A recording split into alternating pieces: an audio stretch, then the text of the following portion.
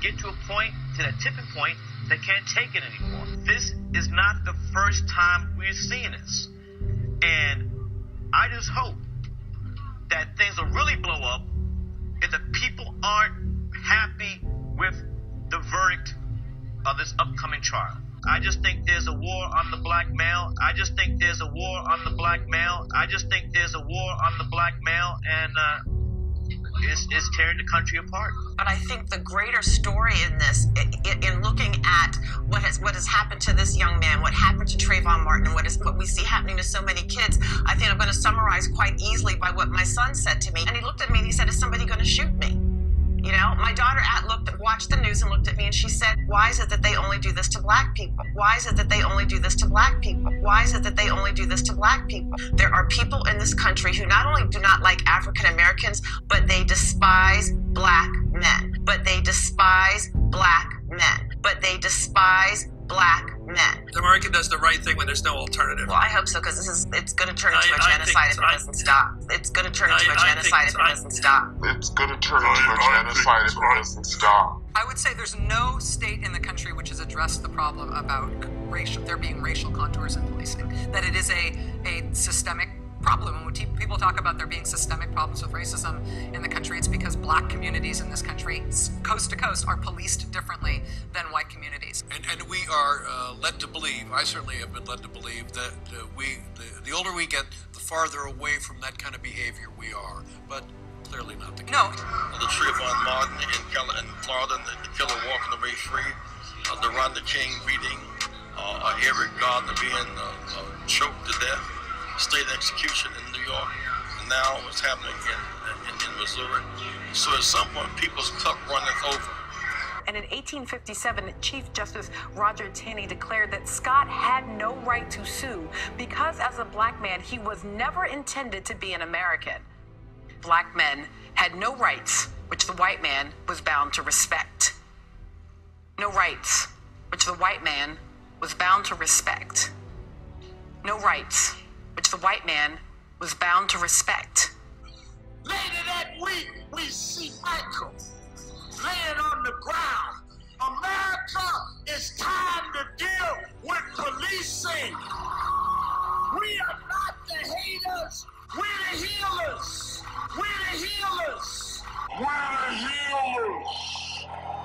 Hey everybody, so we just saw Al Sharpton, Rachel Maddow, Spike Lee, Melissa Harris Perry, and the usual group of suspects taking advantage of this whole Michael Brown shooting in Ferguson, Missouri, putting forth a narrative that young black men are being gunned down in the street by racist cops.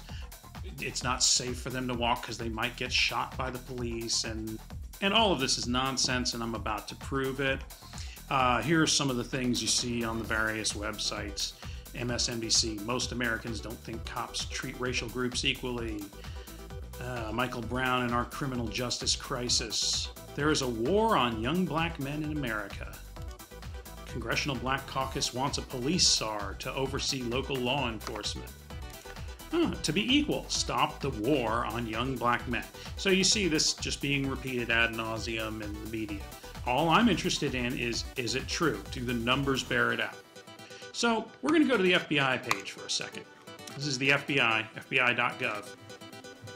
And this talks about people arrested in a given year. The numbers change a little bit here and there, but for the most part, nationwide, we'll go ahead and say 12.2 million. We'll average it around that in 2012. Of those 12 million, 69.3% were white, 28.1% were black, and the remaining 2.6% were other races. So these are the numbers we have to work with. 12.2 million arrests, 69.3% of them are white, 28.1% are black. That basically works out to, for whites, it's 8,450,000 arrests in any given year, based on 12 million. And for blacks, it's 3.4 million in any given year. The next thing we need to look at is how often people are shot and what is their racial makeup. What I'm going to do is, this is the Centers for Disease Control and Prevention, and they keep track of all types of deaths, violent deaths, deaths from drug overdoses, car accidents, etc. best available source for data on police killings is the Center for Disease Control and Prevention, which keeps data on deaths that occur throughout the country. One of its deaths categories is homicides by legal intervention, a term that covers any situation where a person dies at the hands of anyone authorized to use deadly force in the line of duty. This would be the FBI, the police, the state troopers, etc.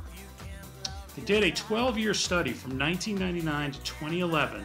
The way it breaks down is 3,596 whites died versus 1,463 blacks.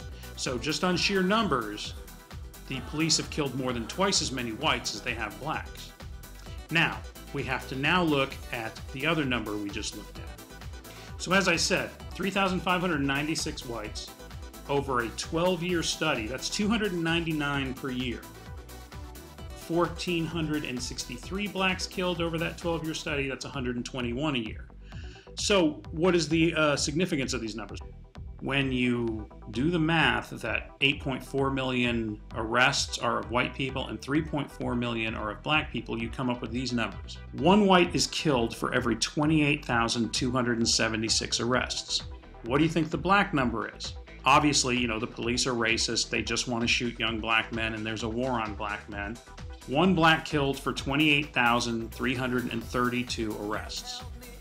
So, whites, 28,276, blacks, 28,332. It's incredibly rare for both races, and the rate is almost identical. Statistically identical.